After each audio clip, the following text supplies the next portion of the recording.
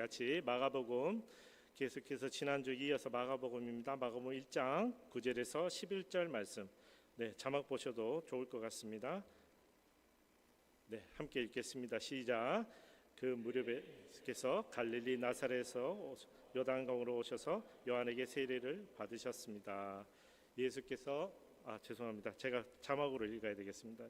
그때에 예수께서 갈릴리 나사렛으로부터 와서 요단강에서 요한에게 세례를 받으시고 10절 곧 물에서 올라오실새 하늘이 갈라짐과 성령이 비둘기같이 자기에게 내려오심을 보시더니 하늘로부터 소리가 나기를 너는 내 사랑하는 아들이라 내가 너를 기뻐하노라. 아멘. 아멘.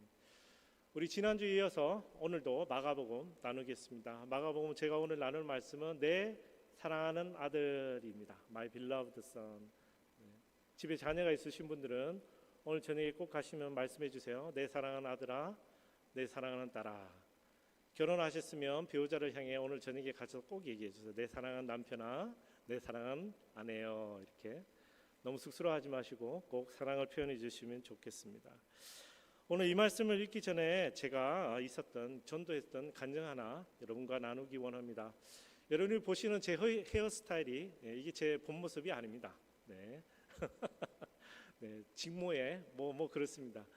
근데 제 평생에 저는 머리에 몸에 손대는 것도 굉장히 좀 싫어하는 스타일이라서 평생에 파마를 3번 해봤습니다. 이게 3번째 파마입니다. 그래서 다들 어울리신다고 하니까 감사하긴 하지만 저 개인적으로는 썩 좋아하고 그렇지는 않습니다. 근데 제가 제 인생의 2번째 파마를 했을 때 그때 만났던 한 자매의 이야기를 여러분과 나누고 싶습니다. 그날 제가 동네 미장원에 갔습니다. 우리 교회 집사님이세요. 평소에 늘 잘해주시고 저에게 늘 최선을 다해주시는데 그날따라 우리 집사님께서 저보고 늘 얘기하신 집사님 이제 변신하실 때도 됐는데 파마를 해보시면 어떠실까요? 그래서 제가 싫습니다 그랬더니 포기하시면 되는데 끝까지 이우기셔서 제가 또 집사님이 그렇게 얘기하시니까 이게 파마를 할 때인가 보다 생각하고 그날 이제 파마를 하기로 하고 자리에 앉았습니다. 그래서 아시겠지만 여러 가지 많이 하죠. 그래서 파마를 다 하면 사진에 보신 것처럼 저런 자세가 나옵니다. 저런 기계 앞에 옷을 다 이상하게 입고 그죠? 그때 또 마스크도 쓸 때였는데 마스크 쓰고 앉아 있었습니다. 근데 잠깐 있으니까 우리 집사님이 쫓아오셨어요. 저한테 그래요. 집사님 저희 미장원에 새로운 직원이 들어왔는데 집사님 복음을 좀 전해주시면 좋겠습니다 그러시는 거예요. 그래서 제가 지금요? 그랬더니 우리 집사님이 네 지금요 그러고 저한테 되게 동의도 구하지 않고 그 여직원 손을 잡고 제 앞에 갖다 앉혀놨습니다. 그래서 상상하시면 됩니다. 저렇게 이상한 중년의 남자가 머리에 뭘 뒤집어 쓰고 아름다운 아가씨를 앞에 두고 둘이 마주보고 앉았습니다. 그래서 이게 또 하나님이 하라고 하시나 보다라고 생각하고 말을 시작하려는데 저기서 집사님이 막 손을 흔듭니다. 빨리 하시라고. 그래서 준비된 하나님의 복음을 전하기로 했습니다. 하나님의 은혜요. 우리가 구원받은 것은 하나님의 은혜요. 왜 우리가 은혜로 구원받을 수밖에 없는지 그것은 우리가 죄인이기 때문입니다. 죄인인데도 하나님이 구원하시기로 작정하셨다니 왜 그랬을까요? 하나님은 사랑의 하나님이기 때문에 그렇습니다.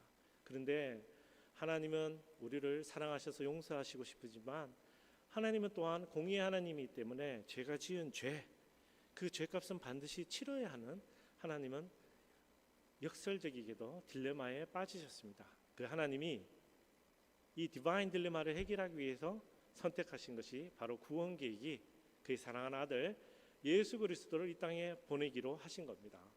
그래서 그 예수님이 이 땅에 오셔서 무엇을 하셨습니까? 십자가에서 죽으시고 부활하심으로 우리에게 영생의 길을 열어주셨습니다. 이제 우리는 그 예수님을 믿는 믿음으로 구원받을 수 있습니다 라고 잘 설명을 했습니다. 우리 자매님도 끄떡끄떡 하시면서 잘 이해하셨습니다. 이제 마지막 제가 함께 기도하기를 초청했습니다.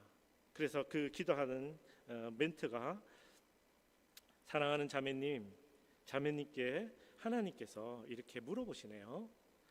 사랑하는 내 딸아, 내가 너에게 천국 영생을 선물로 주려고 하는데 받겠느냐? 자매님 이 영생의 선물을 받기 원하십니까? 라고 제가 얘기한 순간부터 줄곧 제 눈을 보고 저의 말에 귀 기울이던 자매님이 갑자기 고개를 떨구고 아무 말이 없으셨습니다. 그래서 잠깐의 시간이 흐른 후에 제가 발견한 것은 가지런히 모은 자매님의 손에 떨어지는 눈물 방울이었습니다. 그리고 흐느끼기 시작했습니다. 이게 참 은혜로운 시간인데 앞뒤 다 자르고 보시는 분들은 이상하잖아요. 어떤 중년의 남자가 머리에 뭘 뒤집어 쓰고 아가씨에게 뭔가를 얘기했는데 갑자기 아가씨가 운대요. 그런 시간이 지나가고 제가 나중에 우리 자매님한테 한번 물어봤습니다. 자매님, 왜 그때 그렇게 눈물이 많이 흘렀고 왜 그렇게 울었습니까? 라고 그랬더니 우리 자매님이 이렇게 얘기했어요. 죄인인 자신을 위해 예수 그리스도를 죽음으로 내몰았던 그 하나님이, 굉장히 이성적으로 들으신 거예요. 죄인인 자신을 위해 사랑하는 아들 예수 그리스도를 죽음으로 내몰았던 그 하나님이 아이러니하게도 자신에게 사랑하는 내 딸아라고 부르시니까 그게 그렇게 감격스러웠다고 이야기합니다. 사랑하는 성도 여러분, 오늘 우리가 묵상할 이 본문은요, 십자가를 향한 그 여정의 첫 발걸음을 내딛는 예수님에게 하나님이 이렇게 말씀하시는 겁니다. 사랑하는 내 아들아, 그리고 너는 내가 기뻐한다 라고 말씀하시는 겁니다. 우리 이 생생한 장면을 조금 더 이해하기 위해, 그리고 복음의 관점에서 바라보기 위해 우리 본문으로 돌아가서 9절 한 번 더 읽겠습니다. 9절 읽을까요? 시작. 그때 예수께서 갈릴리 나사렛으로부터 와서 요단강에서 요한에게 세례를 받으시고, 마태, 마가, 누가, 요한복음 4복음이 굉장히 특징적으로 쓰여져 있습니다. 개성이 굉장히 강합니다. 마가복음의 특징 중 하나가 이 시점에 대한, 타임에 대한 표현이 굉장히 극적이라는 겁니다. 사실 마가복음은 지난 시간에 말씀드렸듯이 마가가 썼지만 그 주된 소스는 누구였습니까? 네, 베드로였죠. 베드로가 어떤 사람이었습니까? 전형적인 한국 사람입니다. 빨리빨리, 그리고 불같은 성격, 이런 베드로의 성격을 감안하면 이 마가복음의 모든 장면들이 우리가 쉽게 이해가 됩니다. 즉시 곧 그때의 그런 이 시간적인 표현을 마가복음에서는 아주 적극적으로 사용하고 있습니다. 특별히 10절을 읽어보면 영어로 immediately라는 단어가 등장하는데요. 이 단어는 헬라어로 보시면 에오수스라는 단어입니다. 자, 이 단어를 마가복음, 마태복음부터 요한계시록까지 다 뒤져보면요, 눈에 보시는 것처럼 지금 표 보시죠. 마가복음에서만 무려 42번을 사용합니다. 여기 뒤에 베드로 후서도 베드로가 보낸 편지니까 이해되실 겁니다. 그래서 이 베드로의 이야기, 베드로의 간증을 중심으로 쓴 이 마가복음의 가장 큰 특징은 뭐냐면 뭔가 즉시 일어나는 겁니다. 그래서 예수님이 제자를 부르시면 제자들이 어떻게 합니까? 네, 즉시 일어섭니다. 모든 장면들에 곧 혹은 즉시라는 단어를 우리는 볼 수 있습니다. 자, 그래서 오늘 본문 시작에 그때에 혹은 그 무렵에라고 되어 있지만 이게 어떤 시점인지 우리는 마가복음의 특징을 생각하면 정확하게 알지는 못합니다. 그러나 우리가 이해할 수 있는 부분은 뭐냐면 예수님이 세례를 받으러 오시기 그 시점, 그 앞에 어떤 일이 있었는지 우리가 이해할 수 있는 겁니다. 먼저 4절에서 5절 말씀 함께 읽어볼까요? 시작. 세례자 요한이 광야에 나타나서 죄 용서를 위한 회개의 세례를 선포했습니다. 유대 온 지방과 예루살렘 모든 사람들이 요한에게 나와 자기 죄를 고백하고 요단강에서 요한에게 세례를 받았습니다. 아멘. 자, 이 예수님이 지금 세례를 받으시러 오기 전에 어떤 일이 있었느냐? 많은 사람들이 세례 요한의 고백, 세례 요한이 광야에서 이렇게 외쳤다 합니다. 회개하라, 천국이 가까웠다. 킹 오브 킹즈라는 영화에 보면 이 장면이 아주 재미나게 묘사됩니다. Repent라고 이야기합니다. 그래서 세례 요한이 외치는 회개에 대한 촉구에 사람들이 반응하기 위해서 내가 회개하려면 어떻게 해야 됩니까? 라고 물었더니 세례 요한이 어떻게 합니까? 네, 세례를 주겠다 해서, 그래서 세례 요한이라고 우리가 부르는 거죠. 그래서 이 많은 사람들이 온 각지에서 모여서 세례를 받는 그 장면에 예수님이 세례를 받으러 나오신 겁니다. 여러분, 이 장면은요, 신학적으로 굉장히 중요한 의미를 가집니다. 두 가지 중요한 의미가 있는데요. 첫 번째 의미는 뭐냐? 예수님은 인간이시다라는 뜻입니다. 예수님은 인간입니다. 이게 안 믿어져서 아직도 교회 안 나오는 제 친구가 있습니다. 예수님이 인간이라는 게 이제 안 믿어지는 거죠. 근데 성경은 오늘 분명히 이야기합니다. 예수는 인간이시다. 자, 세례 요한의 회개는요, 이 회개의 세례는 죄인을 위한 회개의 세례였습니다. 즉, 죄인이 받는 세례였던 것이죠. 그래서 이 세례를 받기 위해서는 예수님은 죄인이라는 전제 조건이 반드시 필요합니다. 그러나 성경은 곳곳에서 증거하죠. 예수님은 죄가 없다. 우리 바울이 고린도 교회에 보낸 두 번째 편지 고린도후서 5장 21절 말씀 우리 함께 읽겠습니다. 시작. 하나님께서는 죄를 알지도 못하신 분에게 우리 대신 죄를 짊어지게 하셨습니다. 이는 우리로 그리스도 안에서 하나님의 의가 되게 하시려는 것입니다. 아멘. 죄를 알지도 못하는 분이 죄인을 위한 죄인의 세례를, 회개의 세례를 받으신 것은 바로 예수님이 인간으로 이 땅에 오셨다는 것을 증거하는 것입니다. 만약 예수님이 인간이 아니라 신이었다면, 그냥 단순한 신이었다면 예수님은 죄인을 위한 회개의 세례를 받으실 이유가 없는 것이죠. 그런데 예수님은 이 땅에 오셨습니다. 어떻게 오셨느냐? 인간으로 오셨습니다. 인간은 어떤 존재입니까? 죄를 지은 존재입니다. 죄인이라고 부릅니다.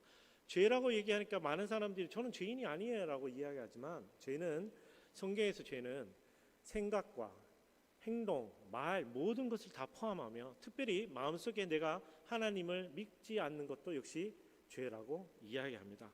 이런 기준으로 보면 우리 모두 다 죄인인 것이죠. 그런데 예수님은 이 죄인인 온 인류를 구원하기 위해서 이 땅에 오셨기 때문에 예수님은 인간으로 오신 겁니다.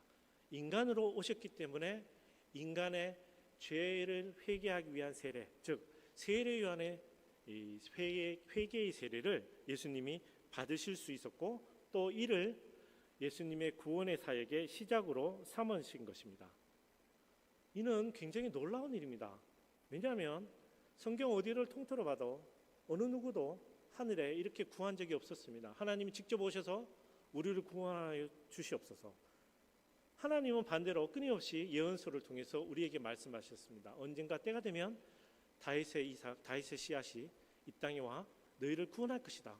그러니 우리는 이해하지도 못했고 기대하지도 않았던 놀라운 일이 예수 그리스도를 통해 이 땅에 실현된 것입니다. 빌립보서, 바울이 빌립보 교회에 보낸 편지에 우리 한번 읽어볼까요? 시작. 그분은 본래 하나님의 본체이셨으나 하나님과 동등됨을 기득권으로 여기지 않으시고 오히려 자신을 비워 종의 형체를 가져 사람의 모양이 되셨습니다. 아멘. 그래서 하나님이, 예수님이 이 땅에 인간으로 오셨다는 겁니다. 자, 오셨다는 표현을 제가 계속 썼는데요. 오셨다라는 것은 어디서 오셨다는 거죠? 맞습니까? 제 이야기? 네, 오셨습니다. 그러면 오신 그곳은 어디입니까? 네, 하나님 아버지와 아들 예수님과 성령 하나님이 함께 계셨던 어딘가를 제가 지칭하는 겁니다. 그러니 예수님이 이 땅에 오신 것은 인간의 몸으로 오셨지만 오시기 전에 그러면 어땠느냐? 예수님은 신이셨다, 하나님이셨다라는 증거가 또 되는 겁니다. 예수님이 인간이셨다라는, 인간으로 오셨다라는 이 증언은, 이 명제는 예수님이 인간으로 오시기 전에 하나님이셨다는 명제하고도 같은 겁니다. 우리 마가복음 1장 10절에서 11절 우리 한번 다시 읽어보겠습니다. 시작. 곧 물에서 올라오실새 하늘이 갈라짐과 성령이 비둘기같이 자기에게 내려오심을 보시더니 하늘로부터 소리가 나기를 너는 내 사랑하는 아들이라 내가 너를 기뻐하노라 하시니라. 아멘. 예수님이 온 인류를 대신할 인간으로 죄인을 위한 회개의 세례를 받으셨고, 이를 그의 구원 사역의 시작으로 삼은 그 시점, 그때 무슨 일이 일어났습니까? 우리 다시 10절과 11절을 돌이켜 보면, 네, 하늘에 성령이 오셨고 또 하늘 문이 열려 소리가 임하였습니다. 다시 말해서 예수님이 이 땅에 인간으로 오셔서 이제 그의 구원 사역의 시작하는 그 시점에 그와 무한의 시간을 함께 하셨던 하나님 아버지와 그리고 하나님 성령님이 이 땅에 오신 겁니다. 이 장면이 지금 그것을 우리에게 들려주고 있는 것입니다. 성령이 비둘기처럼 하늘에서 예수님에게 내려옵니다. 다음으로 하나님이 소리로 하늘에서 예수님에게 내려옵니다. 다시 말하면 하나님 아버지와 성령 하나님께서 아들 예수님, 이 하나님 아들 하나님이신 예수 그리스도의 구원의 사역의 시작의 이 시점에 이 두 분이 함께 오셔서 축하하고 기뻐하는 그 자리라는 것입니다. 우리가 조금만 더 깊게 읽기 위해서 삼일체 하나님에 대해서 제가 잠깐 설명드리고자 합니다. 실은 이 믿음과 이해의 영역은 좀 다릅니다. 이해한다고 다 믿는 게 아니거든요. 또 반대로 이해하지 못해도 우리는 믿을 수가 있습니다. 삼위일체 하나님은 성경에서 곳곳에서 증거하지만 우리가 이성적으로 믿기는 굉장히 어려운 진리죠.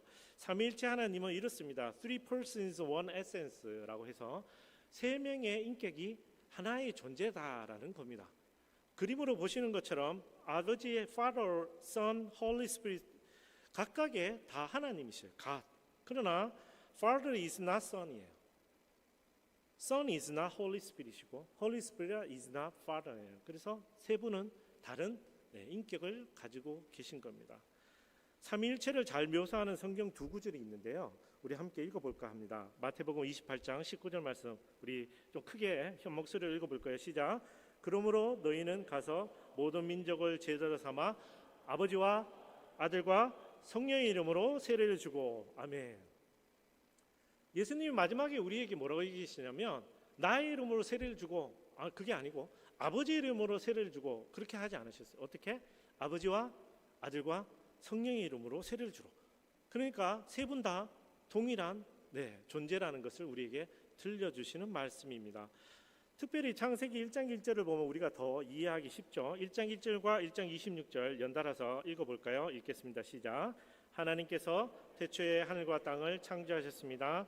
하나님께서 말씀하시기를 우리가 우리의 형상대로 우리의 모양을 따라 사람을 만들어 그들이 바다의 물고기와 공중의 새와 가축과 온 땅과 땅 위에 기는 모든 것을 다스리게 하자 하시고 아멘. 창세기 1장 1절에 하나님이라는 호칭을 유대인들은 히브리어로 읽을 때 이 하나님의 복수라는 것을 이미 인정하고 있습니다. 왜냐하면 히브리어로 하나님이라고 부를 때 그게 엘로힘이라고 해서 복수형입니다. 이 한국말로는 복수형을 잘 안 쓰니까 우리가 이게 느낌이 없지만 불어를 배우시는 분들은 이해하실 겁니다. 이게 이미 복수형이에요. 그래서 유대인들은 히브리어로 이 원전 모세오경 1장 1절을 읽을 때 창세기 1장 1절을 읽을 때 하나님들은 이렇게 읽는 거예요. 이미. 근데 우리는 느낌이 없어서 그런 것뿐입니다. 그게 26절에 가면 잘 나타나 있습니다. 하나님이 우리 사람을 만드실 때 혹은 이 모든 것을 만드실 때 뭐라고 얘기하십니까? 우리가 같이 하신 겁니다. 같이 함께 하셨다고 말하는 겁니다. 즉 이 세 분은 하나의 존재이면서도 세 분이라고 성경이 증언하는 것입니다. 자, 이 부분을 조금 더 예수님의 초점을 맞춰서 증거하는 구절이 요한복음 1장 1절에서 14절에 있습니다. 1장 1절과 14절 함께 읽겠습니다. 시작. 태초에 말씀이 계셨습니다. 그 말씀은 하나님과 함께 계셨고 그 말씀은 하나님이셨습니다.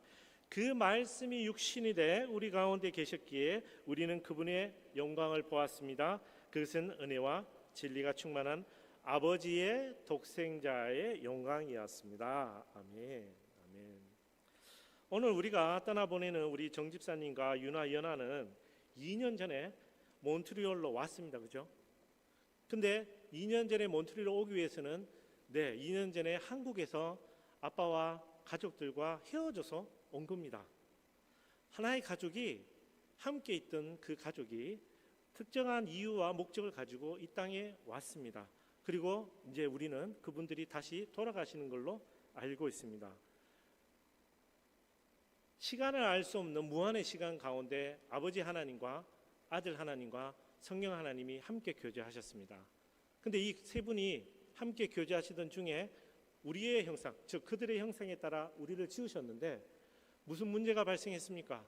영원토록 함께 에덴 동산에서 거주할 줄 알았는데 우리가 죄를 짓고 말았습니다. 그래서 죄인이 되었어요. 하나님과의 관계가 단절된 겁니다. 에덴 동산에서 쫓겨났고 그 위에 많은 죄 가운데 우리가 살아갔습니다. 아버지 하나님과 아들 하나님과 성령 하나님이 이것을 바라보면서 큰 구원 계획을 세우셨는데 그게 어떤 구원 계획입니까? 네, 아버지 이 세 분의 성령 세 분의 하나님이 함께 계시던 곳에서 아들을 보내기로 하셨습니다. 근데 어디로 보내셨습니까? 네, 죄인들 가운데 죄인이 살고 있는 그분들의 형상을 지원받았지만 죄를 지은 우리의 이 땅에 보내신 것입니다. 그게 바로 오늘 이 말씀입니다. 어떻게 보면 생이별에 가까운 겁니다. 그리고 이 땅에 왜 보내셨습니까? 공부하러 보내셨습니까? 예수님? 아니면 뭐 예수님 무슨 큰 일을 하시러? 아니요, 실은 예수님은 축으로 이 땅에 오셨습니다. 이 세 분이 항상 함께 기뻐하고 즐거워하던 이 세 분이 일시적으로 떨어져 예수 그리스도가 이 땅에 오심으로 이분의 공생의 사역이 시작하는 이 시점에 하나님 아버지와 성령 하나님이 이 땅에 오셔서 이 땅의 소리로 혹은 이 땅의 비둘기로 임하시며 기뻐하는 장면입니다. 어떻게 표현하셨습니까? 너는 내 사랑하는 아들이라 내가 너를 기뻐하노라. 너는 내 사랑하는 아들이라 내가 너를 기뻐하노라. 사랑하는 성도 여러분, 이 세 분이 정말 모처럼 함께하여 이 구원 사역을 기뻐하는 이 장면이 여러분 마음에 이해가 되십니까? 네, 이해가 되셔야 합니다. 그게 구원 사역의 첫걸음이기 때문에 그렇습니다. 영원토록 사랑하실 이 세 분이 그분의 형상을 지원받아 죄 가운데 살고 있는 우리를 위해 그분 중에 한 분이 순종하여 이 땅에 오셨는데 이 땅에 오신 이유가 뭔가 큰 성전을 짓고 큰 뭐 업적을 남기는 것이 아니고요. 그냥 십자가에, 그것도 당시에 가장 비참한 십자가의 형벌로 죽기 위해서 이 땅에 오신 겁니다. 근데 그 순간을 이 세 분이 기뻐하고 있는 겁니다. 이는 내 사랑하는 아들이요 내가 너를 기뻐하노라. 우리 이제 말씀을 정리해 보겠습니다. 오늘 본문 말씀은요, 죄를 알지도 못하는 분이 온 인류의 죄를 대신하기 위해 인간으로 이 땅에 오셨습니다. 죄인을 위한 회개의 세례를 받으신 그 순간, 그의 공생의 시작, 그 시점에 아버지께서 아들뿐만 아니라 그 자리에 한 모든 이들과 그리고 오늘 이 말씀을 듣는 우리에게도 들려주시는 사랑의 고백입니다. 그래서 오늘 본문 말씀은 이렇게 정리할 수 있습니다. 예수 그리스도는 하나님의 사랑하는 아들입니다. 예수 그리스도는 하나님의 사랑하는 아들입니다. 자, 그렇다면 오늘 이 말씀을 읽고 이 말씀을 나누고 우리 또 한 주를 살아가고 이 말씀을 붙들고 하나님 앞에 나아갈 때 우리는 무엇을 붙들겠습니까? 무엇을 이 말씀으로 우리 삶에 적용하겠습니까? 저는 여러 가지 있겠지만 저는 오늘 이 시간 여러분에게 권면하고 싶습니다. 우리 함께 하나님의 그 사랑에 응답합시다. 우리 좌우에 앉으신 분 돌아보시면서 이렇게 한번 격려해 주실래요? 우리 함께 하나님의 그 크신 사랑에 응답합시다. 우리 함께 하나님의 그 크신 사랑에 응답합시다. 저를 보지 마시고 좌우에 좌우로 저를 보지 마시고 우리 가슴에 손을 얹고 선포하겠습니다. 우리는 그 크신 사랑에 반응하겠습니다. 그 크신 사랑에 반응하겠습니다. 한 번 더 고백할까요? 우리는 그 크신 사랑에 반응하겠습니다. 사랑에 반응하겠습니다. 사랑하는 성도 여러분, 지금 사진 하나 보시겠는데요. 이 사진을 잘 보시면 오른쪽에 어떤 사람이 들고 있는 게 보이실 겁니다. 그렇죠? 자동 소총입니다. 자동 소총인데요. 이 사진은 저희 큰 딸이 케냐에 있는 어느 사역지로 출장 갈 때 기도해 달라고 보낸 동영상 중에 한 장면입니다. 가족들에게 안전을 위해 기도 요청하며 보내준 한 장면입니다. 우리 딸 아이가 방문하는 사업장에 소외된 여성과 어린아이들이 있는데요. 이 아이들과 이 여성들을 구출하고 돕기 위해서 찾아가는 사업장이 너무 위험해서 현지 로컬 경찰이 자동 소총으로 무장한 경찰이 동행하지 않으면 갈 수 없는 곳이라고 합니다. 제가 이 장면을 보고 그날 사실 굉장히 마음이 아팠습니다. 왜냐하면 그 얼마 전에도 케냐에서 선교사님 한 분과 그 선교사님의 장모님이 소말리아 해적에게 붙잡혀 가셨습니다. 물론 그 자리에 목숨 걸고 가신 자리지만 그런 일이 일어났다는 것이 너무 마음이 아팠는데 우리 딸아이가 간다고 하니까 너무 불안하기도 하고, 물론 본인이 하나님께 순종해서 하는 일이지만 내가 사랑하는 내 딸을 이렇게 위험한 곳에 보내야 할까라는 걱정과 근심 많은 기도 가운데 어려움이 있었습니다. 그런데 제가 기도하는 가운데 오늘 이 말씀 본문이 떠올랐습니다. 이 본문 말씀은 그냥 표면적으로 읽으면요, 이 세 분의 하나님이 셀러브레이션 하는 거잖아요. 셀러브레이션. 뭘 셀러브레이션 하고 있습니까? 그의 아들이 죽기로 결정하고 그 죽음의 발을 내딛었는데 축하하고 있는 거예요. 아버지 하나님과 성경 하나님과 예수 하나님이요, 아들의 죽기를 결정하고 십자가의 사역을 시작하는데 축하하고 있는 거예요. 그럼 왜 축하했을까? 제가 기도하는 중에 하나님 이런 말씀하셨어요.